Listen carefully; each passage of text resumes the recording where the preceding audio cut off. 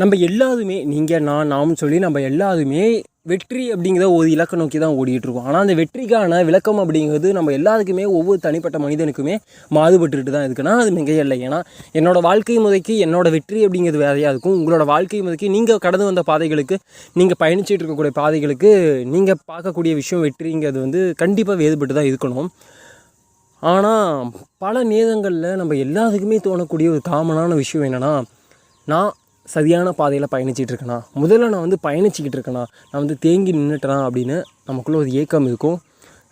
ஒரு என்ன சொல்கிறது, காரணமற்ற ஒரு வழி ஒன்று இருக்கும். அந்த வழிக்கான காரணம் என்னவாக இருக்கும் அப்படின்னா, பல நேரங்களில் நம்ம பயணிக்க வேண்டிய பாதையை தாண்டி அல்லது பயணிக்க வேண்டிய பாதையிலேருந்து திசை மாதிரி பயணிச்சிட்ருக்க மாதிரி நமக்கு ஒரு எண்ணம் இருக்கும். அல்லது நம்ம தவறான பாதையில் ஏதோ சூழ்நிலையினால் நம்ம தள்ளப்பட்டிருப்போம்.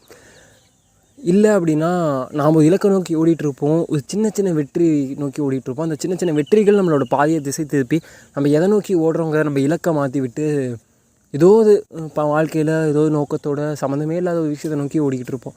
அப்படி எல்லாருமே நம்ம ஓடிக்கிட்டு இருக்க அந்த காலகட்டத்தில் நாம் நமக்கு பிடிச்ச மாதிரி அப்டேட் பண்ணிக்கிறோமா, நம்மளை மேன்மைப்படுத்திக்கிறோமானா அந்த இடத்துல தான் பெரிய விஷயங்கள் நமக்கு மாறுபடுது. நம்ம இலக்கை நோக்கி நம்ம ஓடணும் அப்படின்னா அதுக்கு நம்மளை தயார்படுத்திக்கணும். இன்றைக்கி நான் இருக்க மாதிரி ஒரு 10 வருஷம் கழிச்சு நான் இது பண்ணான்னா சத்தியமாக என்னால் இருக்க முடியாது. ஏன்னா இன்றைக்கி என்கிட்ட கொஞ்சம் குழந்தைத்தன்மை இருக்க வாய்ப்பு இருக்குது. ஆனால் 10 வருஷம் கழிச்சு என்னால் அதே குழந்தைத்தன்மையோடு இருக்க முடியுமானா இருக்க வாய்ப்பு இல்லை. ஏன்னா நான் பார்க்கக்கூடிய மனிதர்கள் நிறைய பேர் வேறுபடுவாங்க. அந்த 10 வருஷத்தில் நான் கற்றுக்கக்கூடிய விஷயங்கள் நிறையா இருக்கும். அல்லது என்ன நானே வந்து என்னடா நான் இப்படி இருக்கேன், நான் அதை வச்சு தான் வந்து நான் மாற்றிக்கிட்டே ஆகும்னு சொல்லி ஏன்னா நானே ப்ளேம் பண்ணிக்கிட்டு சில விஷயங்களை மாற்றிப்பேன். அப்படி ஒரு காலகட்டத்தில் தான் இன்றைக்கி நான் இருக்கேன் அப்படிங்கிறது அந்த இடத்துல பதிவு பண்ண விதமான. ஏன்னா ஆஜி நண்பன் அப்படிங்கிற ஒரு விஷயம் ஸ்டார்ட் ஆனதுக்கு காரணம் என்னென்னு நான் பல நேரங்களில் சொல்லியாச்சு. ஆஜி நண்பன்கிறது ஒன்றும் வந்து ஓஹோ செலிபிரிட்டி லெவலுக்கு அப்போல்லாம் ஒன்றும் இல்லை. பட் எனக்கு தெரியும் அதோட வேல்யூ என்ன அப்படிங்கிறது.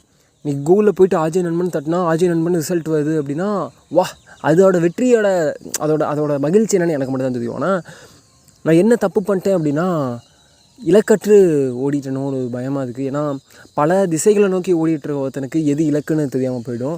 அதனால் இலக்கை ஒன்று வந்து நம்ம தீர்மானிச்சுட்டு அதுக்கப்புறம் நம்ம திசையை நோக்கி ஓடுவோம் அப்படிங்கிறது தான். ஸோ அடுத்த ஒரு 60 days, அதாவது 2 மாதத்துக்கு வந்து சத்தியமாக எந்த ஒரு எபிசோடும் வந்து அன்மேரிட் மட்டும் இல்லாமல் எந்த ஒரு சோஷியல் பிளாட்ஃபார்ம்லேயும் ஆஜி நண்பனை உங்களால் பார்க்க முடியாது.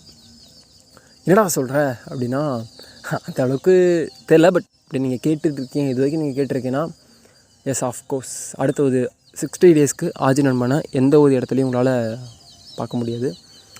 மேபி குக்கு எஃப்எம்மில் வந்தால் வரலாம். அதை தவிர வேறு எங்கேயுமே வாய்ப்பு இல்லை. இன்ஸ்டாகிராம், சோஷியல் மீடியா, வாட்டாவது எல்லா இடங்கள்லையுமே. ஏன் இந்த திடீர் முடிவுனா, பல நேரங்களில் பல விஷயங்கள் நம்ம செஞ்சு தான் ஆகணும். 60 நாளைக்கு அப்புறம் நம்மளோட கம்பேக் அப்படிங்கிறது உண்மையான கம்பேக்காக இருக்குன்னு உங்கள் சார்பாக நானும் இல்லாத இதான வேண்டிக்கிறேன்.